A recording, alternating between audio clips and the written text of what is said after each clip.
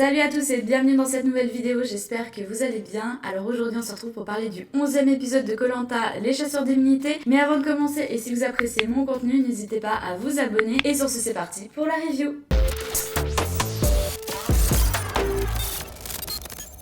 Alors cet épisode, qu'est-ce que j'en ai pensé? Alors honnêtement déjà faut savoir que j'adore les épisodes avec les binômes, c'est toujours très divertissant, voilà, il y a toujours des retournements de situation et des nouvelles stratégies qui émergent. Mais cet épisode, écoutez, j'ai trouvé plutôt sympathique. Bon déjà faut dire que je me suis endormie parce que j'étais extrêmement fatiguée, du coup je l'ai regardé en replay le lendemain. Mais voilà, je l'ai pas trouvé non plus extraordinaire. Alors pour moi j'ai l'impression que ça tient surtout à la formation des binômes, mais on va en reparler juste après. Donc voilà, c'était plutôt un épisode dans la moyenne, on va dire que c'était un épisode milieu de gamme. Alors l'épisode commence avec un petit retour sur l'épisode précédent, avec évidemment le conseil et la super alliance entre Amri et Meysa. On a notamment l'arrivée de Cécile à la maison du jury final, qui a du coup confirmation que c'est bien Meysa le traître, malgré le fait que Megan l'ait averti.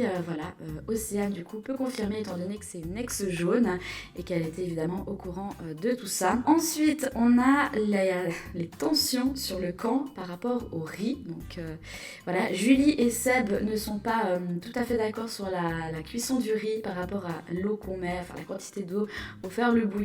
Bon, on va dire que s'il y a que ça à montrer, c'est que c'était vraiment pas ouf sur le camp. On va enchaîner du coup avec l'épreuve de confort et du coup la formation des binômes. Alors par rapport à la formation des binômes, bon je vous le fais rapidement. Déjà ils sont donc 10, donc 6 garçons et 4 filles.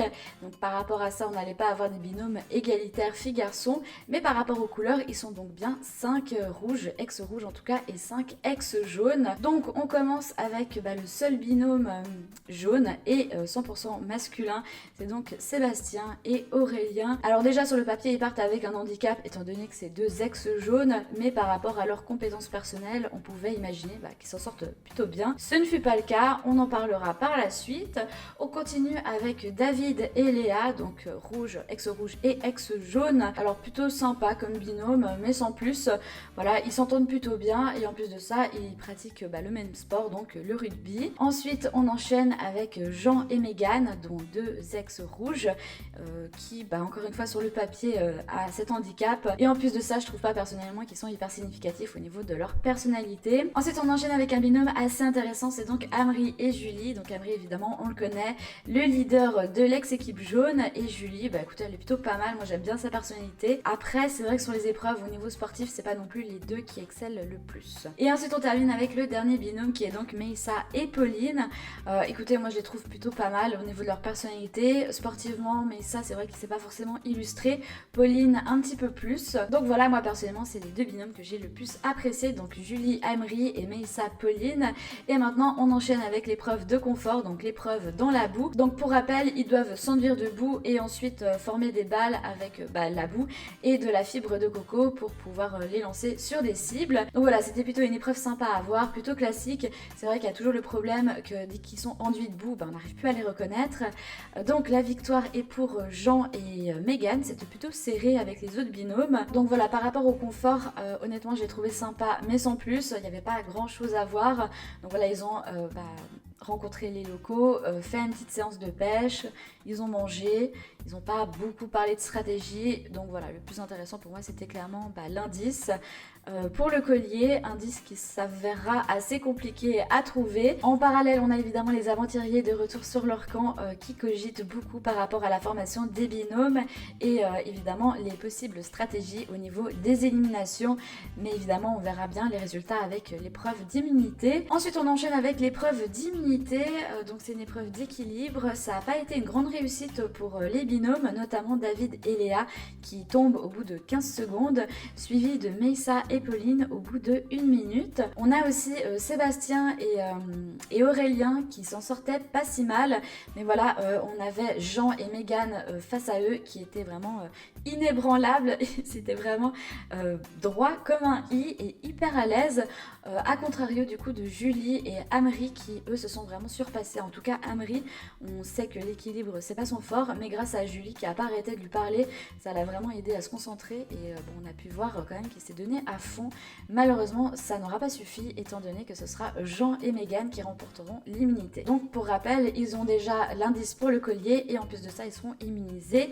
Par rapport à l'indice de ce collier, bon, ils sont plutôt tranquilles étant donné qu'ils ont déjà l'immunité, mais bon, ils vont quand même aller le chercher et on va dire les choses, hein, ils galèrent clairement à trouver la bonne direction. Je crois que c'était sud-ouest, je sais plus exactement la direction, mais bon, voilà, déjà ils n'ont pas de boussole et en plus de ça, ils sont pas trop sûrs avec l'est et l'ouest. Donc pour avoir plus de chances de le trouver, ils vont mettre dans la confidence David et Julie qui ne seront pas d'une grande aide étant donné qu'ils ne vont pas pouvoir trouver ce collier. En parallèle de ça, parce qu'il y a eu beaucoup de choses qui s'est passé du coup entre l'épreuve d'immunité et le conseil, on a Aurélien qui tente de sauver son binôme en balançant tout simplement l'alliance Amri-Meyssa. Donc voilà, en expliquant aux ex-rouges que c'est bien Meyssa qui les a trahis en donnant les noms des votes qu'ils allaient faire. Et du coup, David, pas étonné pour un sou, s'en doutait bien. Quant à Meghan, elle le savait déjà étant donné que Meyssa la mettait déjà dans la confidence.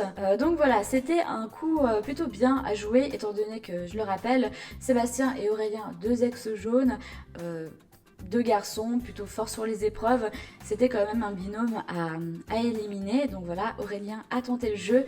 Malheureusement pour lui, Sébastien, donc son binôme, va quand même se mettre des aventuriers à dos, notamment Julie, étant donné qu'il l'a insultée. Bon, déjà dans l'équipe rouge à l'époque avec Alicia, c'était plutôt monnaie courante de se faire insulter, en tout cas mal parler.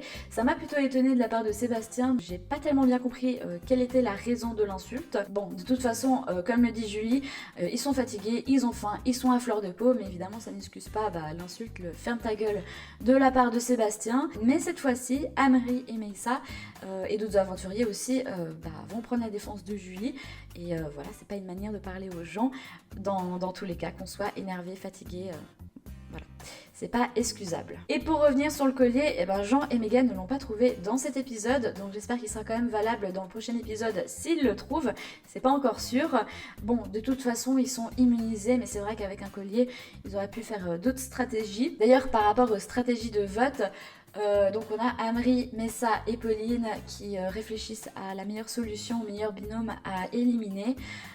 Donc on a Sébastien et Aurélien qui reviennent sur le tapis. Pour Amri, c'est quand même compliqué étant donné que c'était ses alliés, ses bras droits. Mais bon voilà, il faut quand même qu'il honore les promesses qu'il a fait à Meyssa. Et par rapport aux intentions de vote des rouges, c'est clair qu'ils ont envie de se venger de Meyssa.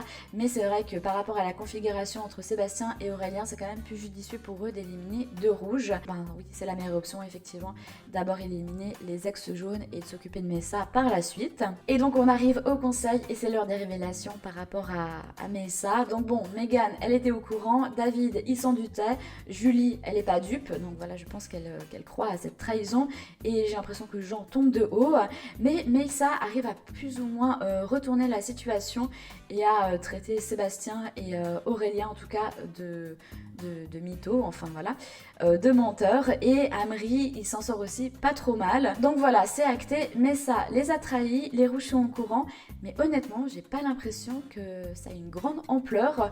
J'ai l'impression que c'est passé un petit peu sous le tapis ou que les proportions ne sont pas équivalente on va dire à la trahison. C'est vrai que Meyssa a eu des votes contre lui. Bon, en l'occurrence on va voir que c'est Sébastien qui va être éliminé et qui va du coup emporter Aurélien dans sa chute. Je sais pas comment ça va se profiler par la suite pour Meyssa ou pour Amri, on le verra bien dans le prochain épisode. Moi personnellement j'ai vraiment trouvé cet épisode en demi-teinte. Pour moi il avait du potentiel déjà parce que c'était l'épisode des binômes. Malheureusement il a été mal exploité par rapport à la formation des binômes. Le collier aussi qui a pas été trouvé, c'est un petit peu dommage. Le confort en demi-teinte encore une fois. Les épreuves étaient plutôt pas mal mais sans plus. Donc voilà, encore une fois c'était un épisode dans la moyenne. Le milieu de gamme pour un épisode de Koh-Lanta. Écoutez, j'espère que vous avez apprécié cette review. Si c'est le cas, n'hésitez pas à vous abonner, à la liker et à commenter pour me dire ce que vous avez pensé de l'épisode. Et moi je vous dis à très bientôt dans une prochaine vidéo. Ciao ciao.